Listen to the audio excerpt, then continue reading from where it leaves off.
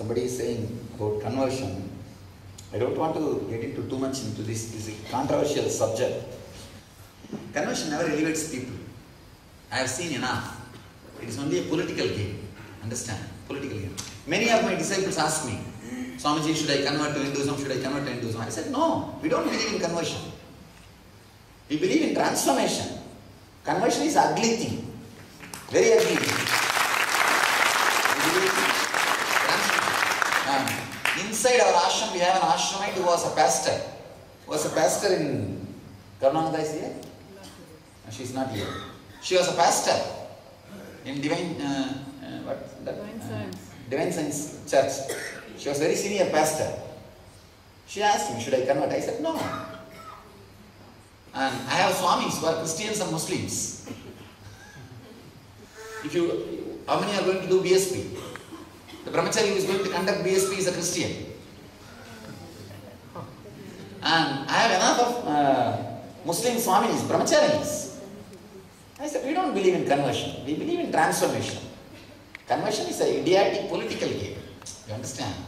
See, if you have a big mass, you can have your voice on politics.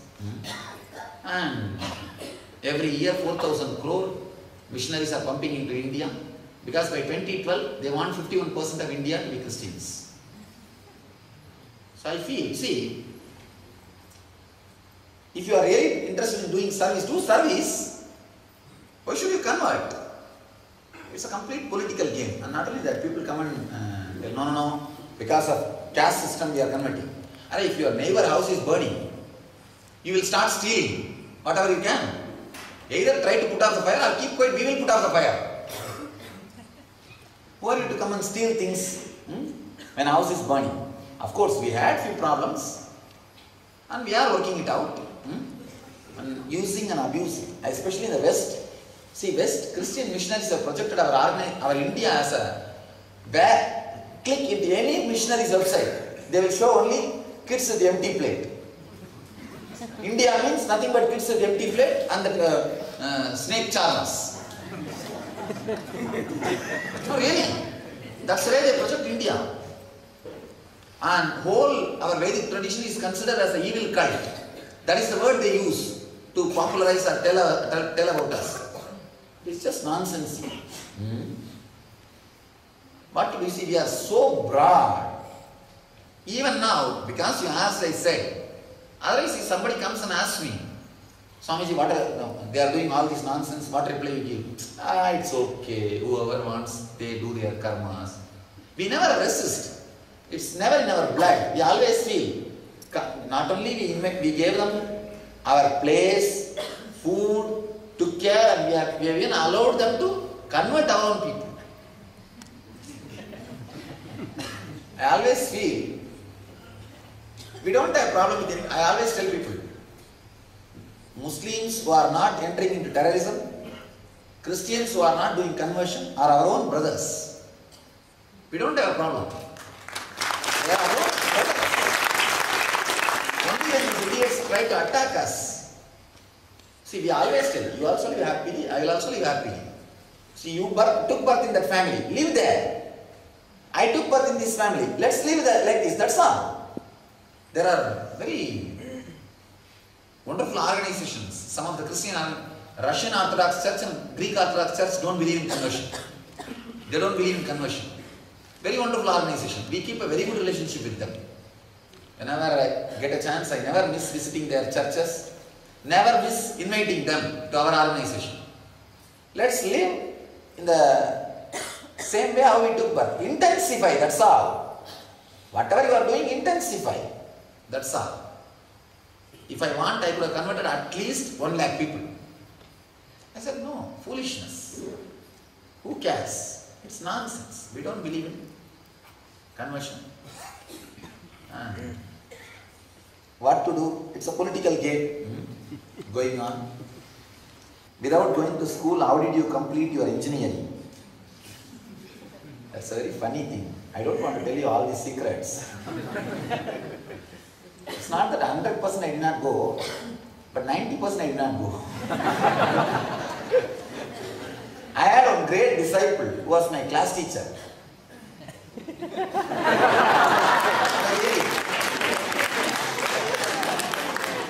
the school I studied, if you read my biography, one teacher had darshan of Ayyappa in me. So from that time, no problem at all, he will give attendance. He will give attendance. And even day before yesterday, he came and met me. He had darshan and so devoted. I don't know how come this guy became devoted to me at that time, during my school days. And he will call me only Swami from that time. Actually, one of his relatives is a great astrologer, who was my family astrologer.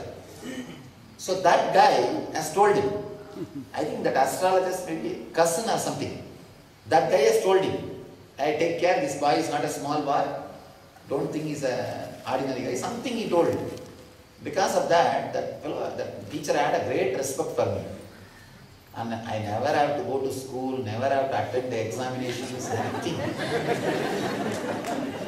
It's a great freedom actually. And college also I had same here some disciples. Somehow it happened. Maximum 10% only I'll attend the class, but somehow I'll pass the examinations. My awareness, depth of my awareness was so sharp. Every year I'll have a problem, bare minimum attendance only I'll have. If I know I fulfilled the maximum attendance I managed, next year onwards, never ever I will put my head towards the direction. I will be sitting inside the hostel, but I will not go to the college. If they ask, I will tell, what do you want? Attendance. It's already done, go. And same examination also. I will answer only for 40 mark. Not 1 mark more than that. Exact pass mark I will answer and come out. And finish. But somehow finally in the final exams, I did little well and got even distinction. I was really surprised. And will never touch the book. I'll never touch the book. I don't know how you will believe. After finishing the examinations only, I suddenly realized 2-3 subjects I did not even buy books. I did not even buy books. Went to the class and sat and whatever I heard in the class, and moreover it used to be boring, to tell you honestly.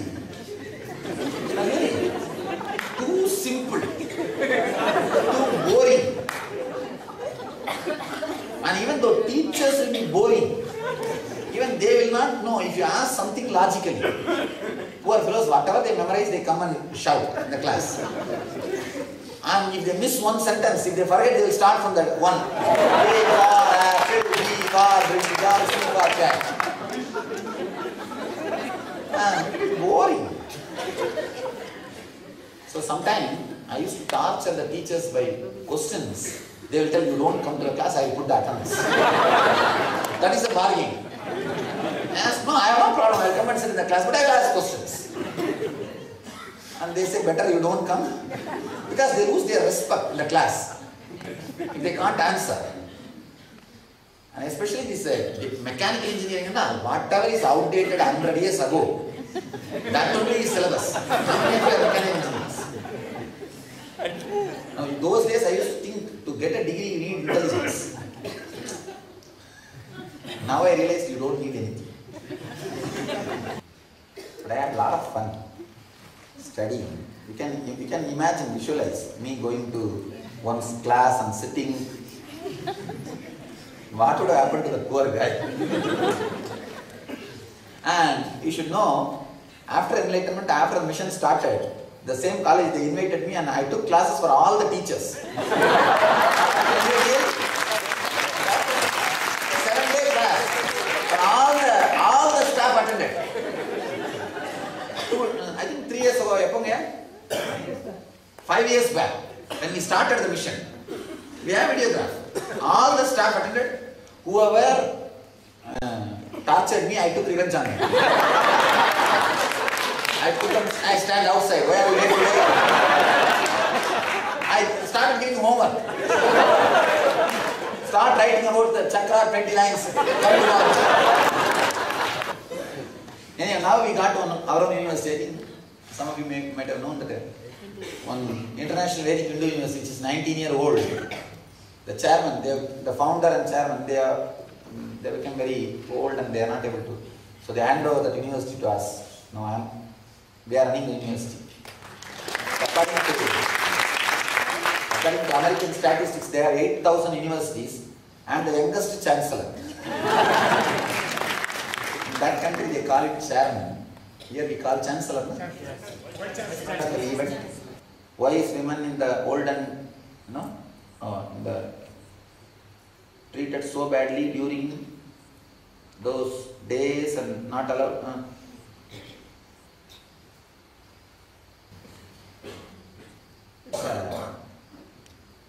Important problem. There's one more question, one from a female. You only asked, why women are not allowed? Okay. Anyhow, let me answer this question, this problem once for all. I am nobody to criticize why those temples they are not allowing or they are allowing. I am nobody. I have no right to criticize.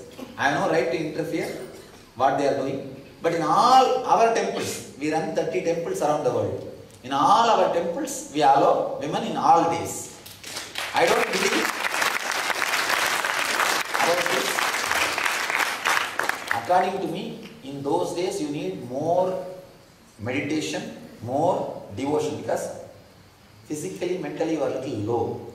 So you need more meditation to bring you up. So I don't have a problem.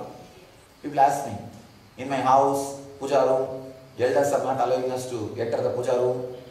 We feel guilt to enter the puja room during the days. I tell them, keep one of my photograph in your puja room. Go into the puja room even during those days. If some gods ask you, you tell them, I came to see my Swami. That's all. If they are angry, let them be angry. Don't bother. Tell them I came to see him. If you want, you turn the other side.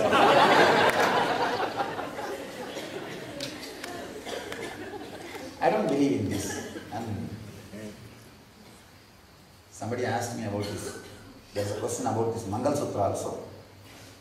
To tell you honestly, I don't believe in Mangal Sutra. You asked the question. I don't believe in Mangal Sutra. If you want, you can wear traditionally. I feel men should wear Mangal Sutra. Going around.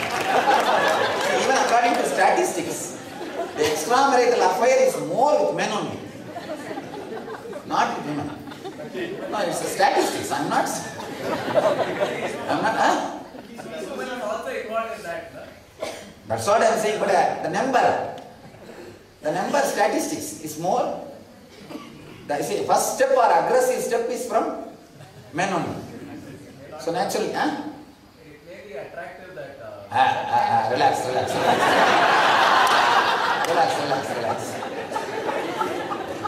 Relax. Now you see, when it comes to truth, you have to tell. Nothing can be done. Simple truth is simple truth. Nothing can be done. So I feel, personally, men should wear more than women. Anyhow, I can't change the whole thing, but I can at least change few people. Somebody is asking, at Chennai ASP you told that for tiring elephant in a hut, you keep a group photo. I told about tying the elephant, means the coming down into the body. He's asking a question about that. Tying the elephant in the hut, you keep a group photograph of disciples with you. But today you have told that you chant mantra, where we changed your technique. See, the problem is, sometimes disciples are not that mature to receive the Master's love. Master's love is so intense and so beautiful. These fellows are not that qualified. That's why I changed from disciples to mantra. Now I don't have the photograph, I removed it. Earlier I used to have a group of disciples photograph in my room. Morning, the moment when I get up, I'll feel, oh, all these guys need me. And now I decided mantra is enough. The cough will come in this meditation technique. Cough will come when the Vata Pitta Kapha is getting balanced. Why saffron and white clothes are to be worn while going after spiritual pursuit. See, there is something called color therapy, you heard. The West now it has become very popular. If you use a light blue in your bedroom, you will have a deep sleep. If you use a dark red light, you will have a disturbed sleep and dreams. Colors play a major role on your mind. This color awakens your consciousness, your awareness. White awakens a kind of a silence, peace in you. That's why around the world, white is considered as a symbol of peace. This is symbol of consciousness, awareness. That's why I use this cloth. Actually, I am not supposed to use this cloth technically. Technically, Paramahamsa is much more than a Swami. There's a sutra.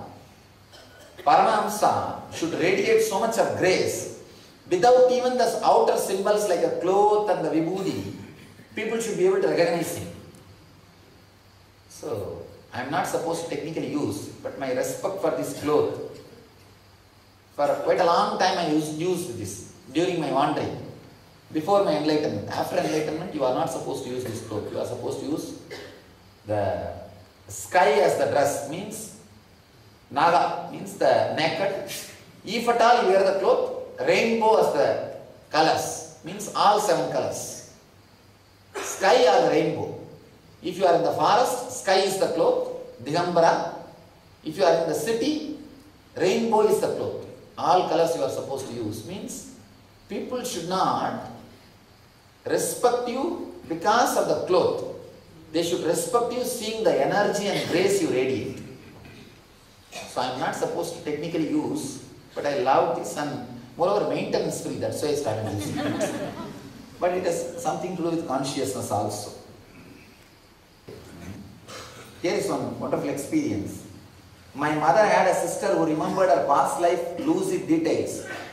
Her daughter's names, Hindu names she could not have heard, living in a sheltered manner in a sick home and community. Lots of details about her life then. She begged and pleaded for my mother's family to take her to her previous home so she could show her husband where she had hidden jewelry for her daughter's marriage. This child died young of a childhood illness. Her family used to discourage any talk of her past life, thinking it to be a bad woman. No, I think very unfortunately the child has been misused and killed. Actually, they should have taken the child to some enlightened master and encouraged. When you remember your past, don't think it is just a power. You will suddenly remember you are doing the same game again and again, and you will also start working for enlightenment. Remembering past is a powerful technique to achieve enlightenment. You will be just pushed towards enlightenment. So I feel they should have helped the child